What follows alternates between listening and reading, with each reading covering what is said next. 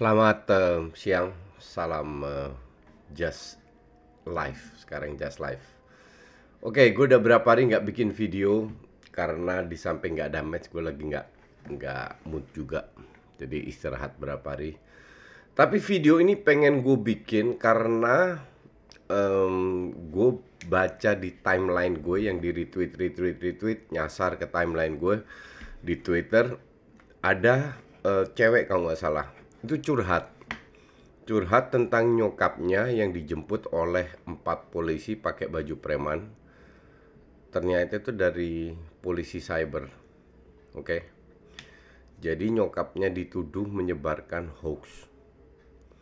Nah, that's why kenapa gue berpikir gue harus memberikan pendapat gue dan warning kepada kalian semua, kalian yang sering nonton Just Live, Just Indo, Just Talk, agar tidak terjadi terhadap kalian sendiri. Oke, gue tidak mau bahas soal omnibus law, ini law, itu law, cipta kerja, enggak. Kalau menurut gue ini apa namanya? Kalian punya hak, kalian boleh pro, boleh anti, semua bebas berhak. Dan itu nggak masalah, itulah hebatnya apa namanya? Dinamika sebuah negara yang asasnya demokrasi. Ya, jadi nggak ada masalah, bebas pendapat itu wajar-wajar aja. Tapi seperti kalian tahu atau mungkin belum tahu, gue kan 20 tahun tinggal di Belanda dari umur 12 sampai 32. Jadi gue besar di Belanda. Tidak fair untuk membandingkan Belanda dengan Indonesia, tapi gue mau kasih gambaran sedikit. Belanda itu kan sudah 200 tahun, berapa ratus tahun menerapkan sistem demokrasi. Indonesia kan praktis 20 tahun lebih setelah reformasi, ya kan? Nah, bahkan di Belanda pun itu setiap berapa periode istilah demokrasi atau dalam undang kapan memperbolehkan apa namanya, freedom of speech, hak untuk berbicara, itu direvisi terus, ya. Jadi kalau lu bilang, oh itu hak lu karena dalam demokrasi, bisa tidak. Dan setiap negara Eropa, negara barat lah, Amerika, Eropa, Australia, New Zealand lah, negara kulit putih lah, yang menerapkan sistem demokrasi, itu beda-beda juga. Ada di Amerika yang boleh, di Belanda nggak boleh, dan sebaliknya. Salah satu yang di Belanda tidak boleh itu, nanti kita ke Indonesia ya, nggak boleh itu adalah kalau lu bicara, kita bicara freedom of speech ya, kalau lu mengapa istilahnya, menyakitkan sebuah kelompok berdasarkan ras atau agama, oke? Jadi kalau orang melakukan tindakan rasis berdasarkan rasnya atau agamanya, kalau di Eropa kan sekarang lagi banyak kasus anti kulit berwarna, anti apa namanya, agama atau anti minoritas lah. Itu kalau orang mengeluarkan sebuah statement menghina sebuah agama, di mana di negara tersebut agama itu minoritas, itu bisa disu, itu bisa ditangkap, itu nggak boleh. Jadi freedom of speech pun ada batasnya, oke? Lu nggak boleh sembarangan ngomong dengan menghina itu dulu mungkin masih boleh, sekarang udah nggak boleh lagi. Itu kita bicara di Belanda, di mana negaranya sudah 200-an tahun kenal demokrasi. Apalagi di Indonesia.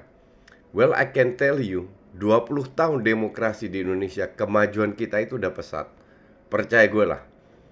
Asli pesat banget, modern, maju banget dari sisi demokrasinya. Oke. Memang namanya 20 tahun butuh waktu untuk berkembang. Memang banyak hal yang dari sisi pemerintah yang patut diperbaiki. Tapi secara overall, gue jelaskan ke lu harus bahagia, harus seneng tinggal di negara Indonesia yang cukup demokratis.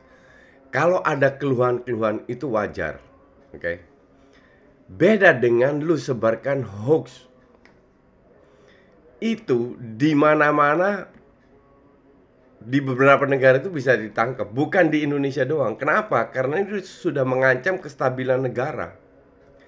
Dan kembali lagi ke Twitter, sayangnya gue tidak tahu hoax apa yang dikirimkan oleh sang ibu yang kirim Twitter, yang tweet itu. Sayangnya gue nggak tahu kontennya apa. Kalau nggak bisa gue bahas di sini. Nah, intinya kalau lu udah ditangkap itu parah banget. Gue pun sering retweet, oke? Sering retweet, tapi sekarang gue pikir mungkin 1-2 tahun lalu gue nggak begitu kepikiran. Gue pokoknya menurut gue isinya layak gue retweet.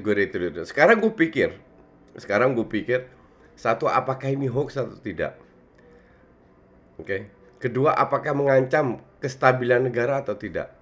Ya, jangan diremehkan. Yang jadi masalah kan, kalau lu kirim satu hoax, di retweet lagi, itu bisa mencapai ribuan, ratus ribu, jutaan orang. Dan kalau semua percaya, itu kan jadi masalah. Karena mayoritas, bisa dibilang mayoritas lah, di semua negara, negara maju, negara berkembang, mereka seringkali nge-retweet. Mereka pun juga kemakan. Nah, bagaimana menghindari itu? Sebenarnya it's very simple. Lu tinggal googling, apakah benar itu. Kalau kebetulan yang sekarang terjadi kan banyak hoax disebarkan.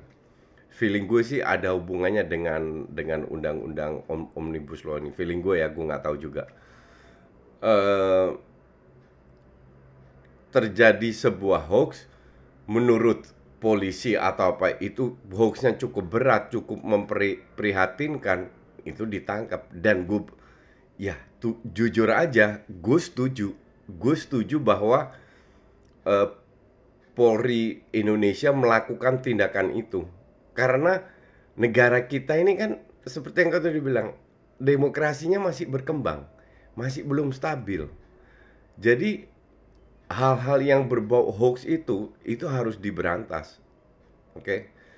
Gue tidak merefer kepada kasus tadi yang di Twitter, tapi tindakan dari cybercrime untuk menangkap orang yang membahayakan kestabilan negara, itu gue setuju banget. Itu gue dukung banget. Beda kalau kayak gue, apa namanya, ini bukan bully ya, ini bener-bener hoax. Beda kalau kayak gue kan suka ngebully klub-klub Inggris, itu beda, itu tidak membahayakan negara itu, oke? Jadi itu boleh kalian lakukan, bebas. Bahwa kalian punya amarah, yang sering terjadi nih, ini yang jadi masalah di Indonesia nih ya, dengan netizen terutama. Keluar sebuah statement, ternyata statement itu sesuai dengan pendapat lu. Pendapat lu yang dasarnya adalah emosional atau kekecewaan atau amarah lu, di mana lu tidak bisa kontrol, jadi lu sebar, lu retweet. Itu yang terjadi. Walaupun itu hoax, itu lu retweet. Nah, itu yang jadi masalah. Dan follower lu nggak usah banyak loh. Kalau lu berkali-kali retweet, itu definitely bisa ditangkap. Dan ya, lu boleh setuju nggak setuju, gue dukung tindakan seperti ini. Maka dari itu, sebenarnya sudah banyak kasus terjadi. Tangkap minta maaf, tangkap minta maaf, tangkap minta maaf. Tapi sekarang kan nggak bisa gitu lagi. Dalam arti polisi enak juga, ya kan? Polisi akan berpikir juga. Maka dari itu, kedepannya feeling gue akan banyak yang ditangkap. Ya, sekali lagi lu boleh setuju atau tidak setuju, itu hak lu, tapi untuk gue itu hal yang bagus untuk negara yang masih berkembang, yang demokrasinya belum stabil, masih maju. Kita nggak butuh gituan. Dan di semua negara pasti ada orang yang ingin memanfaatkan hal-hal seperti ini, mencari suara, pansos, cari nama, cari power. Itu terjadi di seluruh negara. Nah, gue harap kalian yang sering nonton gue tidak kepancing dengan hal-hal seperti itu. Kalian tahulah gue kayak gimana kalau ngeritik klub-klub Inggris dan pelatihnya dan permainannya. Gue ngomong apa adanya. Dan gue sangat tahu apa yang gue lakukan so far ya. Walaupun mungkin dulu pernah gue juga retweet hoax, mungkin nggak terlalu berat. Cuman intinya apalagi setahun terakhir itu gue bener-bener perhatiin yang gue retweet lah, kasarnya begitu. Karena sekarang udah tambah lama tambah banyak, itu sudah sangat memprihatinkan. Jujur sangat memprihatinkan. Dan gue harap kalian yang sering nonton gue tidak jadi bagian dari mereka yang suka kirim hoax. Karena gue merasa ini tanggung jawab moral gue untuk menyampaikan berdasarkan pengalaman bahwa kita ini harus bersyukur hidup di negara yang dalam 20 tahun demokrasinya itu sangat sangat berkembang, sangat amat. Bahwa ada kesalahan sini situ dari pemerintah dan lain itu wajar. Demo pun wajar, tapi kan nggak rusak, nggak ngerusak, nggak rusuh. Jadi ya tolong lebih bersyukurlah. Bersyukur, hargai pemerintah, hargai negaramu sendiri. Karena lebih baik kita membangun daripada kita ngerusak. Toh yang rugi kita juga. Ya, sementara itu dulu. Thanks for watching.